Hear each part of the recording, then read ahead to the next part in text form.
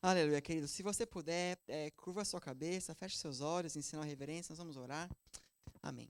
Amém, Senhor Deus e Pai, em nome de Jesus Cristo, nós louvamos ao seu nome, Pai, pela oportunidade, mais uma vez, de estarmos em alegria na tua casa. Pai, graças te damos, Senhor, porque o Senhor é bom todos os momentos. Mesmo no meio da dificuldade, o Senhor é conosco.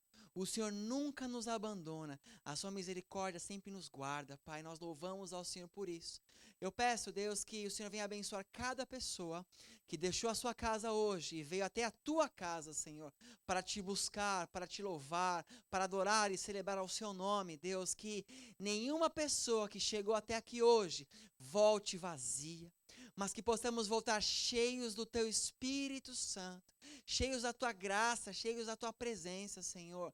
Em nome de Jesus, também eu oro para aqueles que, porventura, Pai, estão no meio do caminho, estão vindo para cá ainda. Guarda-os em segurança, assim como o Senhor nos guardou e nos trouxe até aqui. E para aqueles, Deus, que não puderam vir hoje, talvez que estão em casa, estão doentes, ou estão passando por algum problema, ou talvez estão viajando com a família, não sei, mas que a tua graça os alcance, onde quer que cada um esteja neste momento, Deus. Em nome de Jesus Cristo, Pai, nós louvamos ao seu nome. Amém. Amém, queridos. Glórias a Deus. Eu quero falar com vocês hoje a respeito de algo que nós ouvimos bastante e pedimos muito a Deus, mesmo aquele que às vezes não crê tanto em Deus, ou não tem uma fé tão acirrada, mas é algo importante para cada um de nós entendermos o significado e o propósito e o princípio disso também, que é a respeito da misericórdia de Deus. Amém? Nós vamos falar hoje um pouco da misericórdia de Deus. Isso é uma coisa que a gente sempre escuta as pessoas falando, né? Nossa, Deus, misericórdia. Vê uma notícia na televisão ruim, misericórdia. Come um prato gostoso, misericórdia. Tudo é misericórdia. Misericórdia é tipo o verbo get, de inglês. Você usa em tudo, né? Mas o que é a misericórdia? O que tem a ver a misericórdia? Olha só. Vou dar um pouco de curso pastoral aqui em princípio, tá bom? A palavra misericórdia no hebraico é chesed, Checed. Ninguém anotou, mas depois eu passo para vocês. Chesed significa bondade, benignidade, fidelidade. Então, pelo hebraico, misericórdia é bondade, benignidade e fidelidade. No latim, misericórdia, ela vem da junção de duas palavras. Vem de misere, que é ter compaixão, e cordis, que é coração. Ou seja, ter compaixão de coração. Ou significa capacidade de sentir aquilo que a outra pessoa sente. Amém? Misericórdia é isso.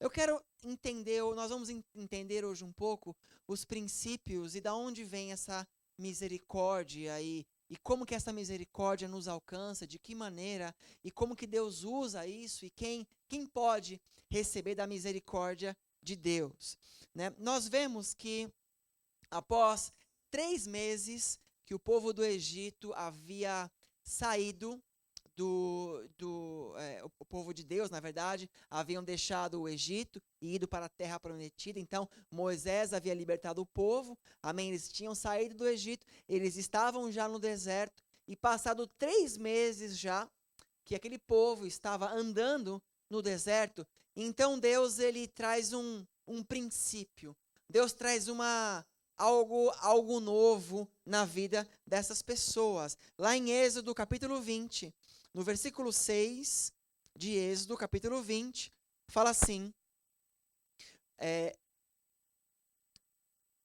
deixa eu ler aqui com vocês para não ficar diferente.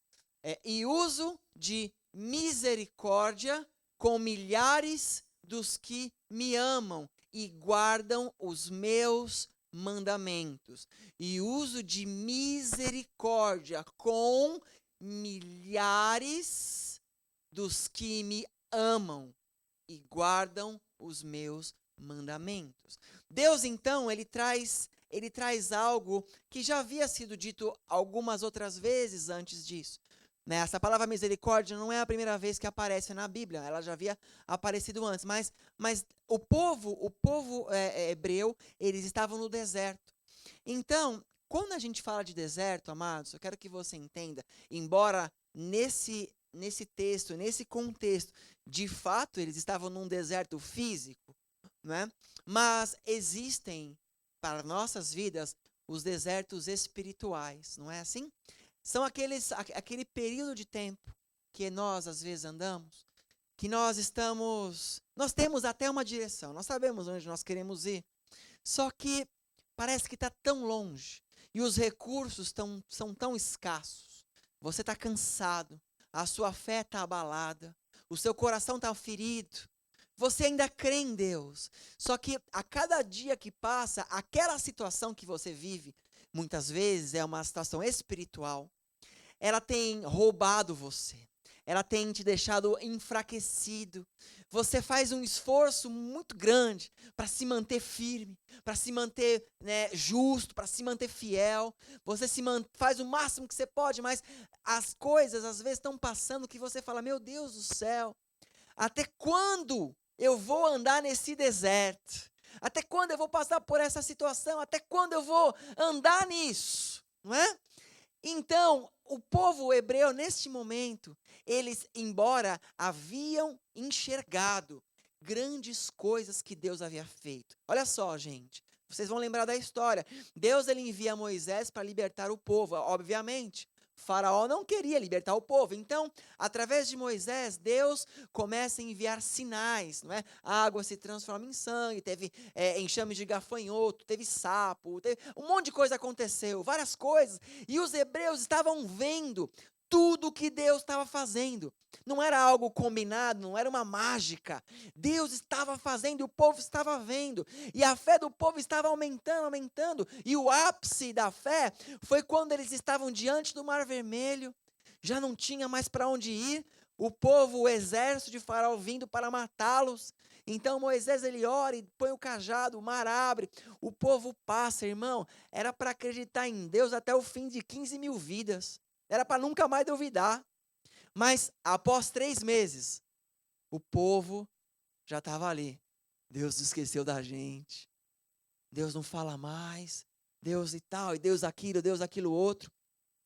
Então Deus, ele fala com o povo através de Moisés, ele fala: a minha misericórdia vai se estender por milhares e milhares de pessoas. Ela vai para todos. Amém? Então quer dizer, Deus, ele passa um princípio que, curiosamente, Jesus Cristo, ele dá o mesmo princípio. Muitos anos depois, lá em João, capítulo 14, do 23 ao 24, que fala assim: respondeu-lhe Jesus: se alguém me amar, guardará a minha palavra, e o meu Pai o amará. E viremos a ele e faremos nele morada. Quem não me ama, não guarda as minhas palavras. Ora, a palavra que estás ouvindo não é minha, mas do Pai que me enviou.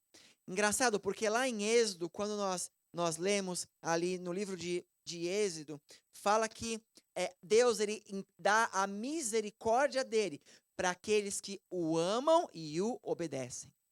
Jesus está dizendo a mesma coisa aqui. Aqueles que me amam, obedecem ao meu Pai. E essas palavras não são minhas, disse Jesus, vêm do meu Pai. Então aqui, amados, nós começamos a entender algo, ou começamos a compreender uma coisa importante. A misericórdia de Deus, ela está atrelada com a obediência. Posso ouvir um amém? Está atrelada com a sua obediência. Aquele, então, que é obediente, atinge a misericórdia de Deus. E é fantástico, porque no verso, quando Deus fala isso para os hebreus, lá no deserto, Deus, ele fala assim: milhares receberão. Ele não está falando assim, os judeus receberão. Ele está dando algo para a humanidade toda. Não se para, começou ali, mas ele estava estendendo para todo aquele que fosse obediente a Deus. Amém? O próprio salmista Davi, ele fala algo disso em Salmo 103, do verso 17 ao 18. Amados, vocês vão ler Bíblia pra caramba hoje, estão perdidos, amém?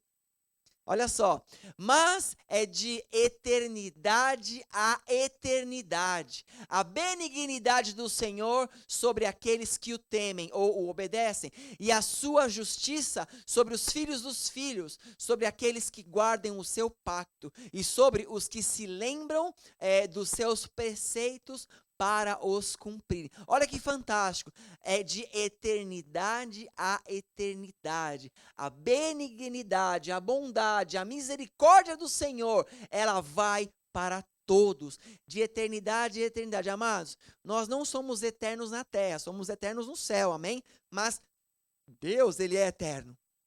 Então Deus está dando uma direção, dizendo assim, enquanto eu existir, a minha bondade será com o povo. Só que ele é eterno. Ou seja, presta atenção nisso, ele está disponível, ele está se dispondo a mudar e abençoar, a fazer você sair de um deserto, a entregar bondade sobre você enquanto ele existir, ou seja, para toda a sua existência, para toda a sua vida. Agora, você pode me dizer assim, poxa, mas como que eu posso acreditar nisso? Né? Será que é verdade isso? Será que Deus realmente ele faz isso? É claro que só pelo fato de ele estar na Bíblia você já não tinha que duvidar. Mas, amém? Deus, ele não... É uma coisa fantástica, amados. Vocês acham que Deus te deve alguma coisa? Deus não te deve nada, amém? Deus não me deve nada. Acho que é pelo contrário, acho não. Pelo contrário, eu e você devemos muito para Deus. A gente deve tudo para Deus. Tudo. Deus não nos deve nada. Só que eu já preguei isso em outras vezes, mas vale voltar. Deus nos ama tanto que Ele cria leis que Ele mesmo não quebra, as leis que Ele mesmo criou. Olha o que o próprio Deus diz lá em Jeremias, capítulo 1, versículo 12. Jeremias, capítulo 1. Deixa eu abrir aqui na minha. Conseguiu? Amém. Sabia que você ia me decepcionar, amado. Só duvidei por um segundo. Jeremias 1,12, fala assim, então me disse o Senhor. O profeta Jeremias está falando, amém? Está escrevendo. Mas quem falou com ele? Deus. Então me disse o Senhor, viste bem, porque eu velo sobre minha palavra para cumprir. Deus está dizendo assim, aquilo que eu falo, eu cumpro. Tudo que eu falar, eu vou fazer. E Deus falou lá no Êxodo que ele entregaria misericórdia, a bondade dele para as pessoas. Só que Deus ele coloca uma condição a isso. Não é?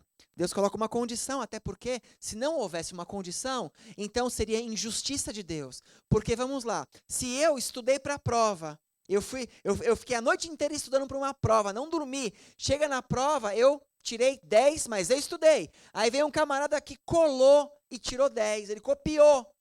É justo? Não é justo. Não é justo. Então, em Deus não existe injustiça, existe a verdade. Então, ele coloca princípios para que nós possamos chegar. Eu vou te abençoar, só que seja obediente. Eu vou estar com você, mas ouça a minha palavra. Eu vou mudar a sua vida, mas se arrependa. E vários outros princípios. Amém? Ou seja, a palavra de Deus é séria. Amém, queridos? Ela é séria, ela é muito séria. Caso a palavra de Deus não fosse séria, esse versículo que nós vamos ler agora não seria tão fantástico. Isaías 55:11. Isaías 55:11 diz assim, assim será a palavra que sair da minha boca, ela não voltará para mim vazia, antes fará o que me apraz e prosperará naquilo para que eu a enviei. A palavra de Deus nunca volta vazia. Se Ele te deu uma promessa, vai acontecer.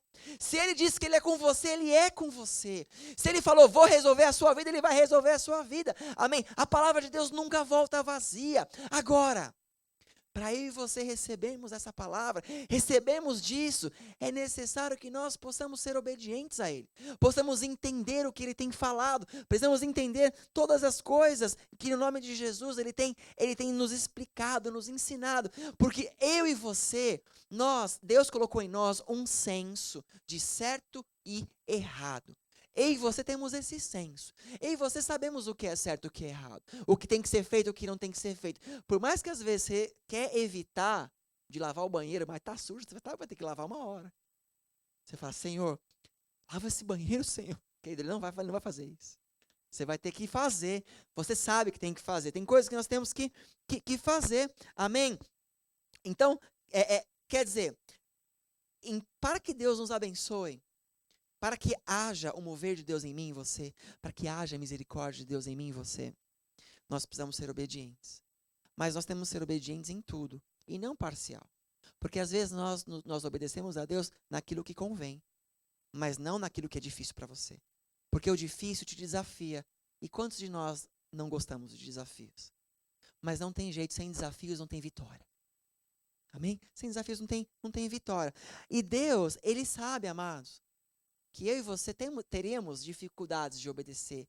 Teríamos dificuldades de aceitá-lo em todas as coisas, de compreender tudo que Ele tem nos entregado. Ele sabia disso. Até porque eu estava falando isso hoje para os alunos do Instituto de Vencedores, que quando o homem pecou no Éden, eu posso afirmar para vocês que o DNA humano foi mudado.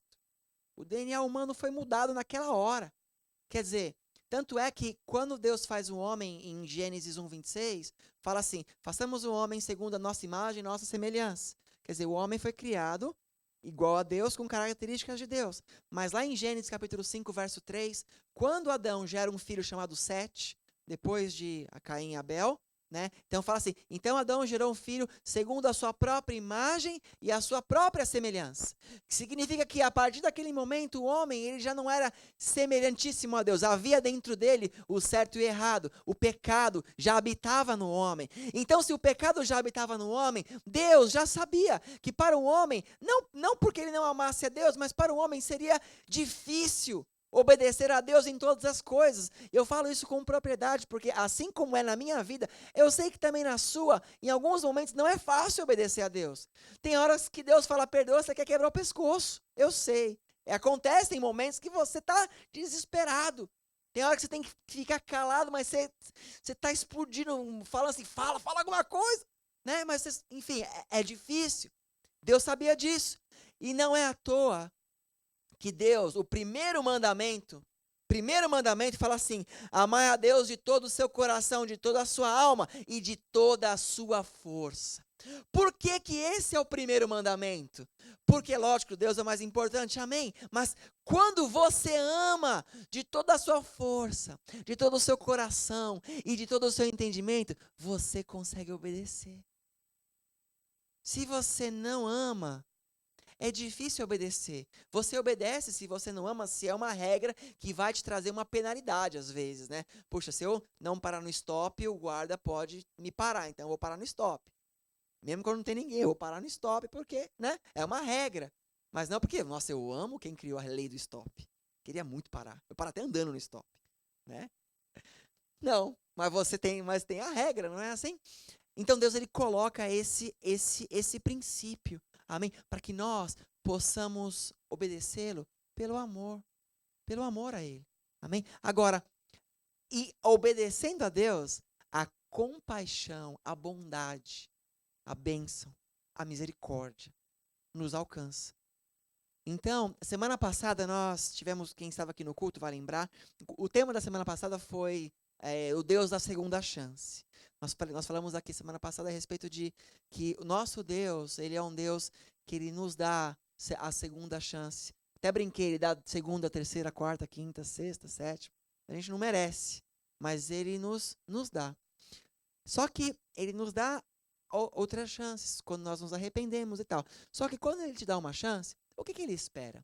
Ele espera que eu e você, nós não tornemos a fazer o que nós fizemos antes, amém? Mas que nós seguimos adiante. Se eu fizer uma aliança com Deus, eu preciso cumprir a aliança que eu fiz com Ele. Se eu vim no altar e me arrependi e falei, Senhor, a partir de agora não vou fazer mais isso, a partir de agora eu vou caminhar desta maneira. Então Deus, Ele vai te abençoar, porque Ele confia em você. E Ele vai esperar, mesmo Ele sabendo que existe o mal em você e em mim, Ele vai te dar outra chance para que você mude. Por quê? Porque Deus anseia em te abençoar. Deus anseia em pôr paz no seu coração. Deus anseia em mudar histórias. Deus te anseia em pôr você no caminho certo. Até porque você sendo abençoado, você andando no caminho certo, as pessoas vão olhar para você e vão dizer, caramba, por que a sua vida é assim? Por que tudo dá certo para você? E você vai encher o peito e falar, porque Deus é comigo. Amém? E você torna-se, então, testemunho vivo de Deus na terra. Esse é um dos princípios. Agora, tem algo importante em Romanos, capítulo 11, do verso 30 até o verso 32. Fala assim, Romanos 11, do 30 ao 32. Fala assim, pois, assim como vós outrora fostes desobedientes a Deus, mas agora alcançastes misericórdia pela desobediência deles, assim também estes agora foram desobedientes para também alcançarem misericórdia, pela misericórdia a vós demonstrada. Porque Deus encerrou a todos debaixo da desobediência, a fim de usar de misericórdia para com todos. Olha só, quando nós lemos isso, ele está dizendo assim, no finalzinho, algo importante, que Deus encerrou todos debaixo da desobediência. Quer dizer, que Deus, ele olha como todas as pessoas são desobedientes. Estranho. Por quê? Que desobediência é essa que Deus, ele olha?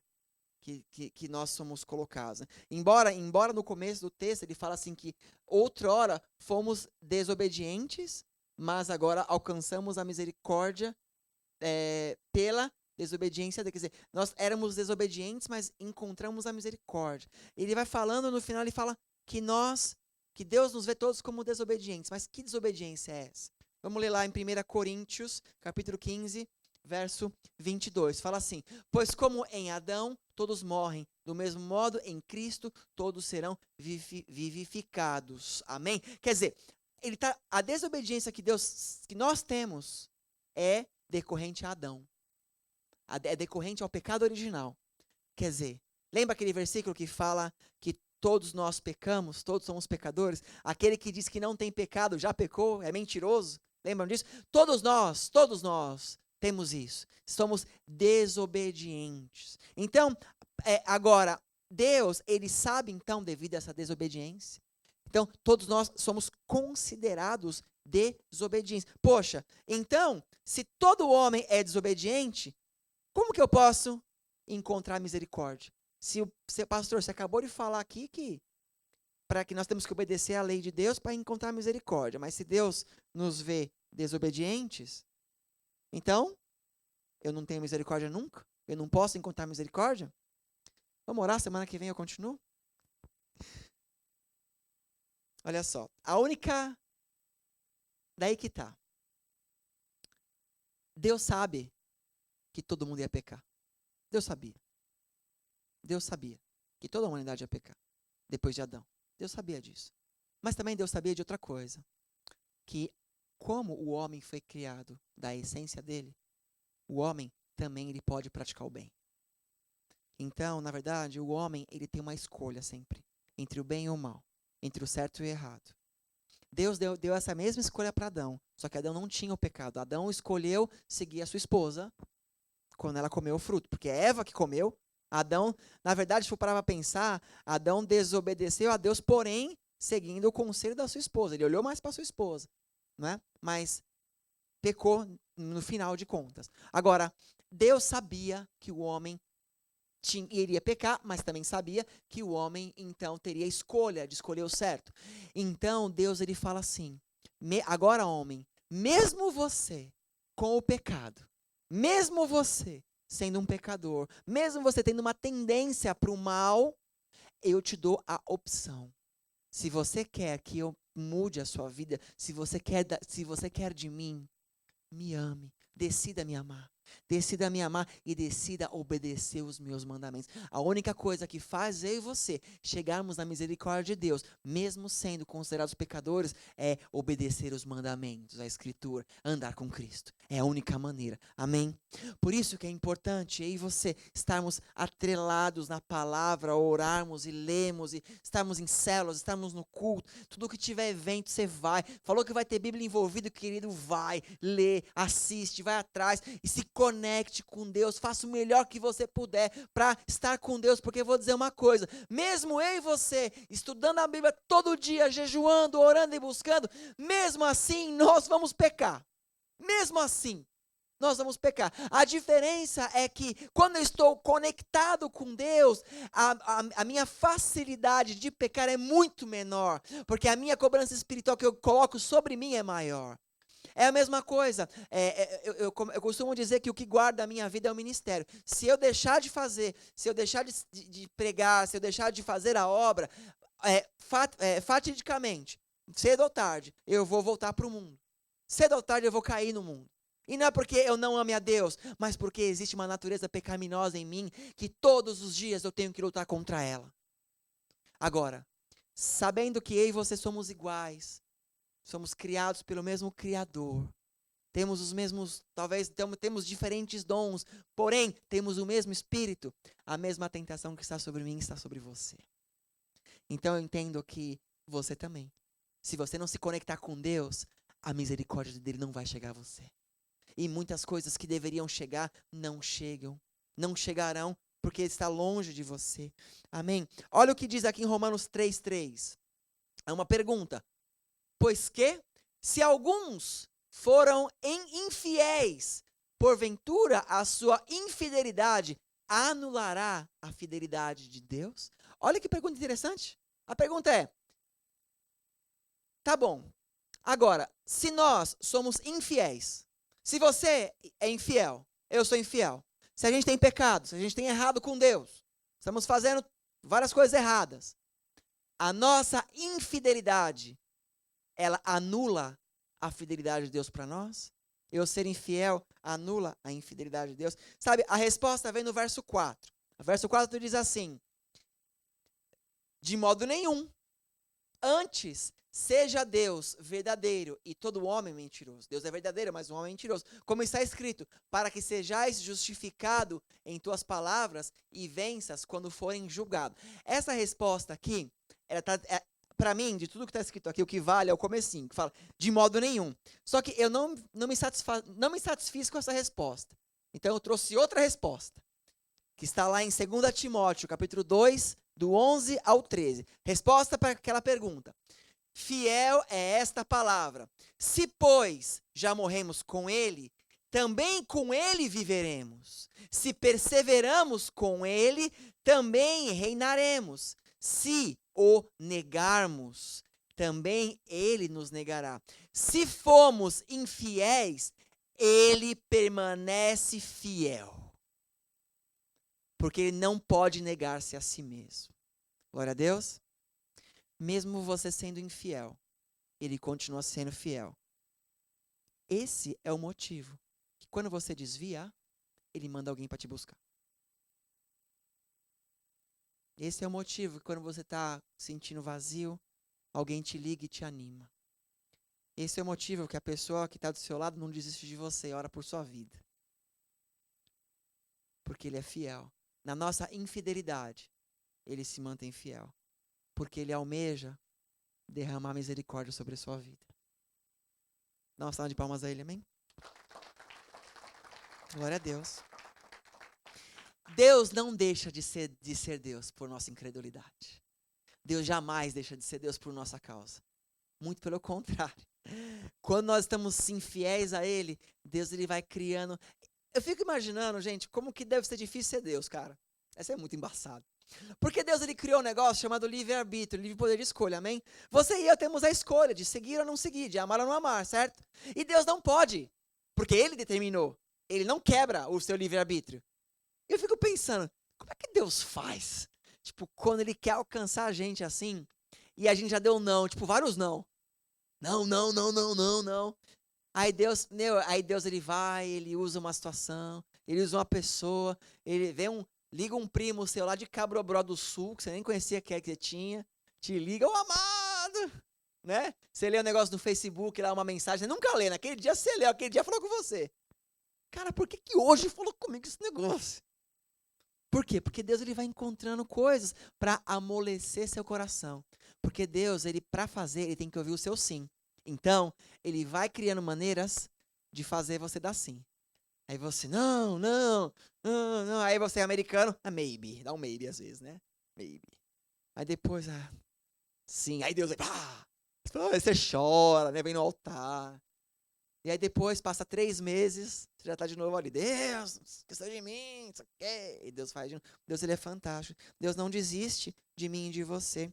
Lá em Romanos, capítulo 9, do 14 ao 16, fala assim, que diremos, pois, a injustiça da parte de Deus? Deus é injusto? De modo nenhum. Porque diz a Moisés, terei misericórdia de quem me aprouver, ou de quem eu quiser ter misericórdia, e terei compaixão de quem eu quiser ter compaixão. Assim, pois, isto não depende do que quer, nem do que corre, mas de Deus que usa de misericórdia. A misericórdia de Deus, contudo, ela vai independer de mim ou de você. A misericórdia vem de Deus. E esse finalzinho era importante, porque ele fala assim, não depende do que quer, nem do que corre, mas de Deus tal. Mas não depende de quem quer, nem do que corre. Então, como assim? Como assim não depende de quem quer ou de quem corre? Sabe por quê? A misericórdia vai vir de Deus, amém? Só que Deus, gente, vamos lá. Deus é Deus. Deus não é bobo. Deus, ele sabe da intenção de cada coração.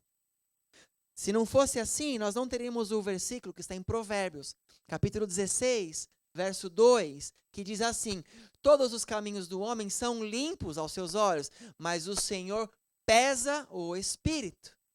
Quer dizer, para o homem parece que é tudo bem, mas o Senhor olha a verdadeira intenção.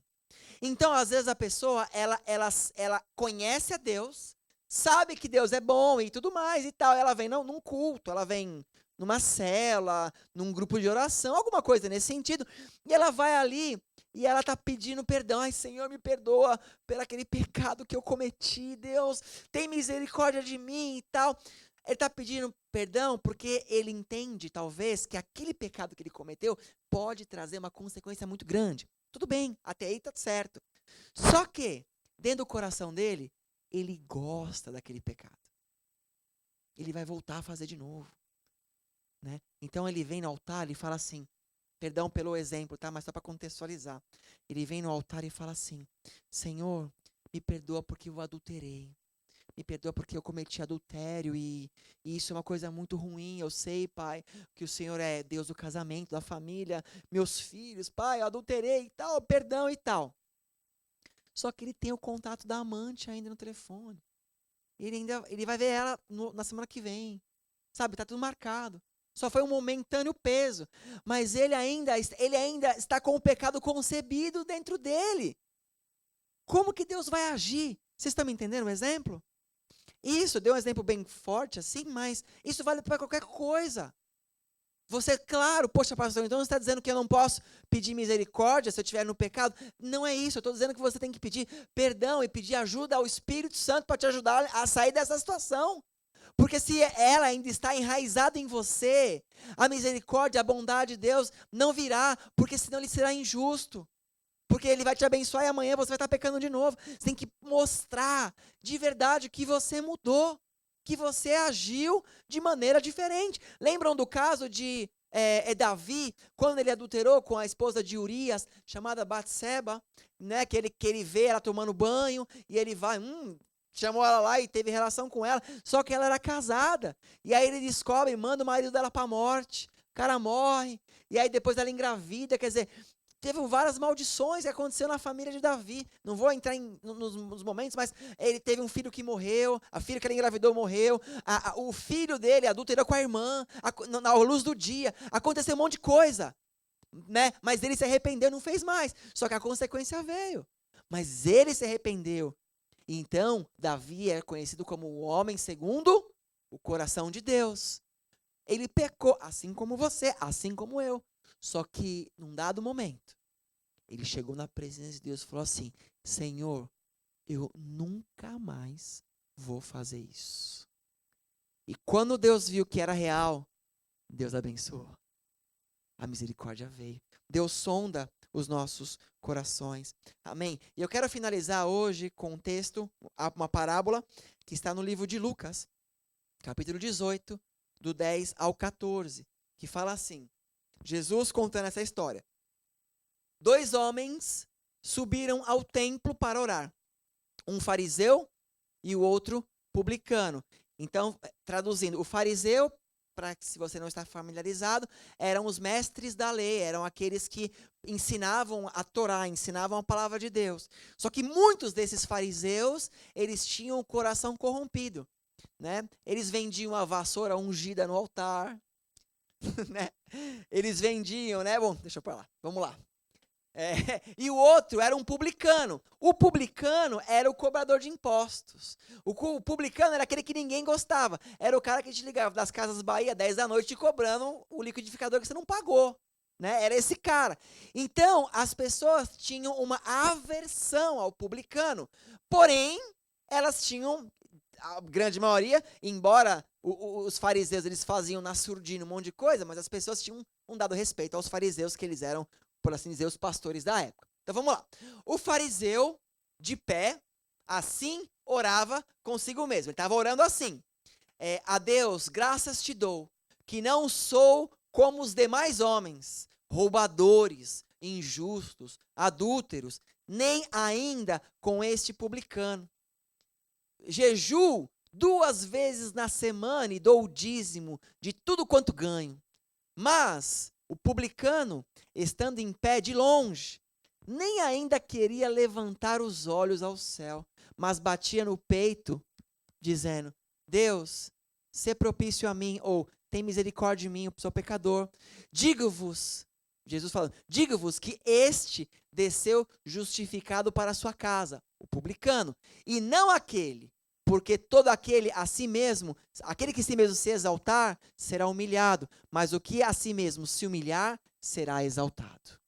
Olha isso. Então, o fariseu, ele estava ali clamando uma oração bonita, sabe? Só que esse não atingiu a misericórdia de Deus. Ele estava tudo com as vestimentas ali, social, estava bonito, que nem eu estou bonitão aqui, assim, só faltando gravata e o terno, né? Mas gravata, terno, falando ali, Senhor. E é engraçado que a oração dele, embora ele começou, graças te dou, ele fala assim, Senhor, graças te dou, pois não sou iguais aos outros, sou melhor que os outros. Eles roubam, eles adulteram, mas eu não. Eu jejuo 2 vezes por dia, eu dou dízimo de tudo que eu tenho. Eu faço isso, eu faço aquilo e tal. Já o outro, o publicano, ele falava assim, ele nem levantava o olho para o céu. Ele falava assim, Deus, eu sou pecador. Tem misericórdia de mim. Me ajuda. Ele reconheceu, né? E Deus abençoou aquele que foi humilde. Eu tava falando isso para os meninos no final da aula hoje, que me chama a atenção a vida do apóstolo Paulo. O apóstolo Paulo, quem lê a história, o apóstolo Paulo, ele era um fariseu também, ele era conhecedor da lei, da Torá, ele servia aos romanos, embora judeu, mas ele era cidadão romano, então ele tinha toda a autoridade de prender, ele tinha autoridade religiosa e autoridade civil, como com o exército, como prender as pessoas e tal, porque ele era um homem muito conceituado, né? Então, e o apóstolo Paulo, ele se julgava, quando ele era Saulo ainda, né? Ele se julgava melhor do que os outros, porque eu falo grego, porque eu falo aramaico, eu falo italiano, eu faço isso, eu sou conhecedor da lei, eu tenho autoridade. Tanto é que quando ele fica sabendo que Jesus estava, né, propagando o evangelho, né, diferente em até então ele julgava ser diferente daquilo que Deus havia fazendo, né? Porque Jesus ele começou a quebrar vários paradigmas. Ele começou a achar que aquelas pessoas, os cristãos, que serviam à igreja, que chamava a Igreja do Caminho, aqueles cristãos, eles eram baderneiros. Eles estavam para deturpar o que Deus estava fazendo. Então, ele se enche de razão, ele pede autorização ali para os reis e tal, e ele vai para prender esses cristãos, os discípulos de Jesus. Por quê? Porque Paulo, ele se achava o melhor de todos. Ele se achava que ele tinha sabedoria. Porém, quando ele tem um encontro com Jesus Cristo e se converte ao cristianismo, entende o que Jesus queria, é engraçado que lá na frente você começa a ver que Paulo ele começa a mudar a voz dele. Ele começa a falar assim: eu sou o maior dos pecadores, eu sou o menor entre os apóstolos. Não que eu acho que eu alcancei a graça, mas continuo prosseguindo para o alvo. Ele começa a mudar. Quando você reconhece uma pessoa que ela se converteu ao Senhor de verdade, pela postura que ela tem. Quando a pessoa ela se humilha, ela se mostra dependente de Deus, ela não se acha, ela sabe que ela precisa, essa se converteu. Agora, aquela que ainda, ela vem na igreja, não, porque eu prego demais, gente. Eu falo muito bem, né? Essa é complicada, nunca vai atingir a misericórdia. O que você fizer para Deus, faça por amor ao Senhor. Nunca para se exaltar. Nunca para mostrar para os outros que você fez. A palavra de Deus diz que aquilo que você faz no secreto e em público, Deus te exaltará. Isso diz a palavra do Senhor. Então, queremos buscar a misericórdia? Se você e eu precisamos e queremos buscar, pode pôr o louvor baixinho, Guilherme. Se você e eu queremos buscar a misericórdia de Deus, queremos atingir a bênção de Deus, queremos caminhar no deserto que estamos vivendo, mas não mais sozinhos, não mais com tormento, não mais com dor, não mais preocupados, porque uma coisa é você caminhar o deserto sozinho, chorando, preocupado, sem saber quando você vai chegar. Outra coisa é ter alguém do seu lado, falando, vamos que eu estou com você. Quando você está cansado, alguém te põe água na sua boca, alguém te anda com você no colo. Amém? Quando estamos, então assim, como você quer caminhar? Como nós queremos caminhar? Esse deserto, a luta, ou o que você estiver caminhando, queremos caminhar sozinho? Ou queremos caminhar com a misericórdia de Deus? Eu quero caminhar com a misericórdia de Deus, amém? Eu quero caminhar com a presença de Deus na minha vida. Para isso, então, eu preciso aprender a ser obediente. Pastor, você falou muito de obediência. O que você quer dizer com isso? O que o senhor quer dizer em ser obediente? O que é ser obediente? Ser obediente é estar na igreja todo domingo? Ser obediente é ir nas células? Ser obediente é o quê? É ler a palavra? Ser obediente é o quê? Né? O que é ser obediente? Não necessariamente você está aqui todo domingo, você está sendo obediente. Não necessariamente você está indo na célula toda semana, você está sendo obediente. E são partes de obediência. Mas a obediência que Deus, eu creio... Eu não sou Deus, amém? Mas a obediência que eu creio que Deus ele tem esperado de mim e de você são nas nossas atitudes diárias. São aquilo que nós colocamos como valor nas nossas vidas. Você tem colocado Deus como prioridade para você? Quando você tem um problema, o que você faz? Você tenta resolver por si só? Grita, chora, bate a perna? Expõe as pessoas? Ou você pede a Deus? Você se ajoelha e você pede a Deus? Quando você tem a oportunidade de buscar a Deus, de orar, o que você faz? Você ora? Ou você vai descansar porque está cansado? Quando você tem a oportunidade de ler a Bíblia, ou ler um livro qualquer que fale de Deus, ou que tenha fé, o que você faz? Você coloca aquilo como prioridade ou não? Quando você está no meio de uma discussão na sua casa, você e seu marido, você e sua esposa, você com seus pais, e você tem a oportunidade de pedir perdão e encerrar a discussão, o que você faz? Você aumenta a sua voz para provar que você está certo? Ou você, mesmo estando certo, você reduz a voz, porque mais vale para você ficar em paz do que ter certeza. São essas coisas, amados, que eu quero que você hoje, eu e você, nós possamos sair daqui hoje refletindo.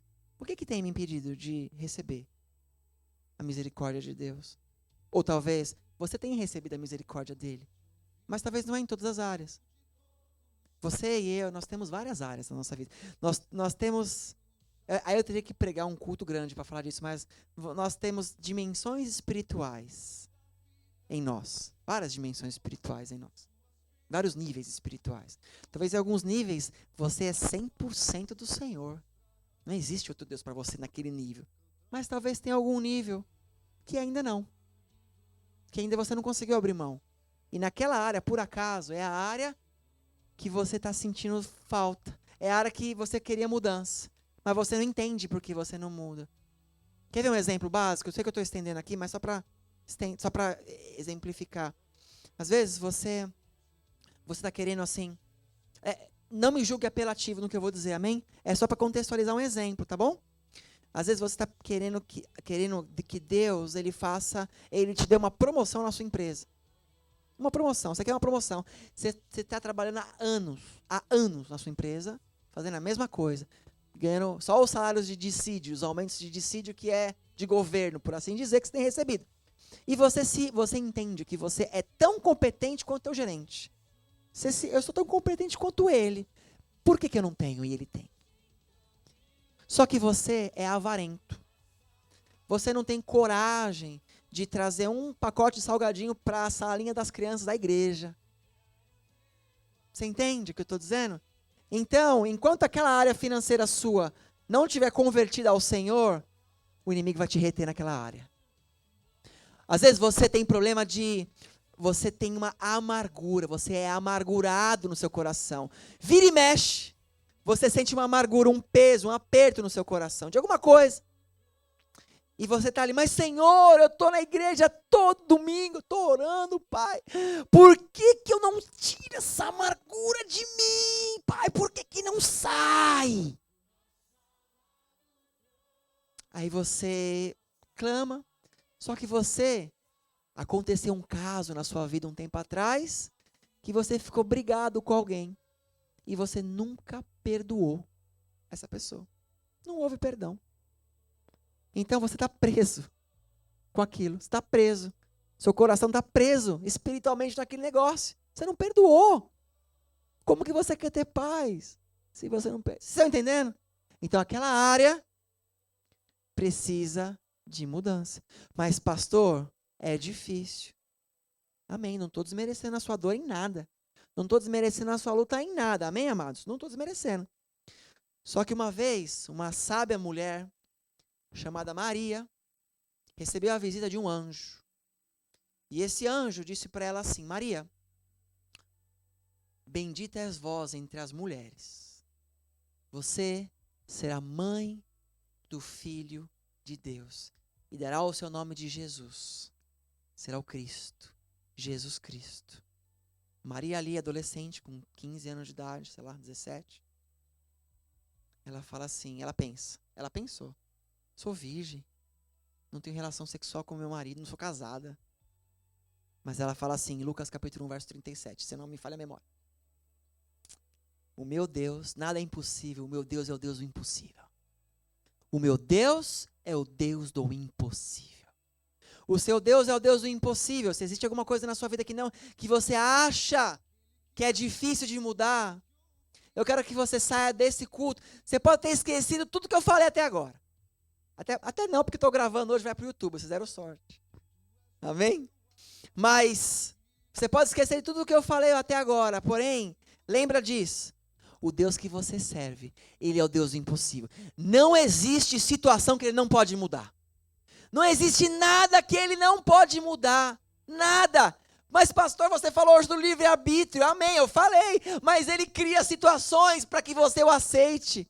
Ele cria situações para mudar a sua vida. Ele cria situações para mudar a sua história. Hoje você não... Talvez você que está aqui hoje, não era para você estar aqui. Mas você veio. Talvez você saiu da sua casa hoje com dor de cabeça. Você saiu da sua casa cansado. Você pegou a chave do carro umas 15 vezes para decidir se ia vir na igreja ou não ia. Mas você veio. Sabe por que você veio? Porque o Espírito Santo te tocou. E o melhor de tudo, você ouviu. Glória a Deus que você veio, amém? Se Deus fez você vir hoje, que talvez era impossível, você acha que Ele não pode mudar a sua vida? Você acha que tem coisa que Ele não pode mudar? Ele muda, mas essa semana aqui tiveram vários testemunhos de pessoas que alcançaram bênçãos aqui neste lugar. Amém? Eu fio, glória a Deus. Hoje, semana aqui foi bênção. Uma atrás da outra. A gente curada. Enfim, não vou contar mais, senão vou entregar o povo aí. Não sei se pode contar, mas amém. Glórias a Deus. Fique de pé no seu lugar em nome de Jesus. Nós vamos orar. Guilherme, volta o louvor por gentileza. Nós vamos orar nessa hora. Amém. Eu gostaria que eu e você pudéssemos nessa hora, queridos, a orar, clamando ao Senhor que nos ajude a alcançar a sua misericórdia. Pode subir o louvor. Em nome de Jesus. Eu sei que você está aqui hoje, você veio porque Deus incomodou você, o Espírito te incomodou, e Deus veio falar conosco nessa tarde, nesse começo de noite, a respeito de misericórdia, a respeito da misericórdia dEle, que Ele quer entregar a mim e a você, a compaixão dEle, a benignidade dEle, o amor dEle. Ele quer entregar para mim e para você todas as coisas. E Ele sabe que nós somos pecadores, Ele sabe que nós somos falhos, mas Ele também sabe que nós temos como escolher pelo certo, temos como escolher pelo bem. Então hoje, meu amado, eu gostaria que você, sobe o louvor mais alto em nome de Jesus. Eu gostaria que hoje você, em nome de Jesus, comece a se orar no seu lugar aí, meu irmão. Você é livre, de repente você quer se ajoelhar no seu lugar, mas eu gostaria que você começasse a abrir a sua boca e começasse a falar com Deus quais são as coisas, ou quais são as áreas que você gostaria que Deus tocasse, que Deus mudasse, que você tem lutado e você não tem conseguido sozinho. Você está tentando, Deus está vendo a sua força, mas algumas vezes parece que é acima da sua força natural, acima da sua força humana, acima daquilo que você pode. Então agora Deus está te dando e me dando, nós dando a oportunidade de chegar até Ele e falar assim: Senhor, eu reconheço a minha fraqueza. E diga a Ele, dê o nome da sua fraqueza para Ele. Qual é a sua fraqueza? Dê nome, dê um nome. Qual que é a sua fraqueza? É mentira?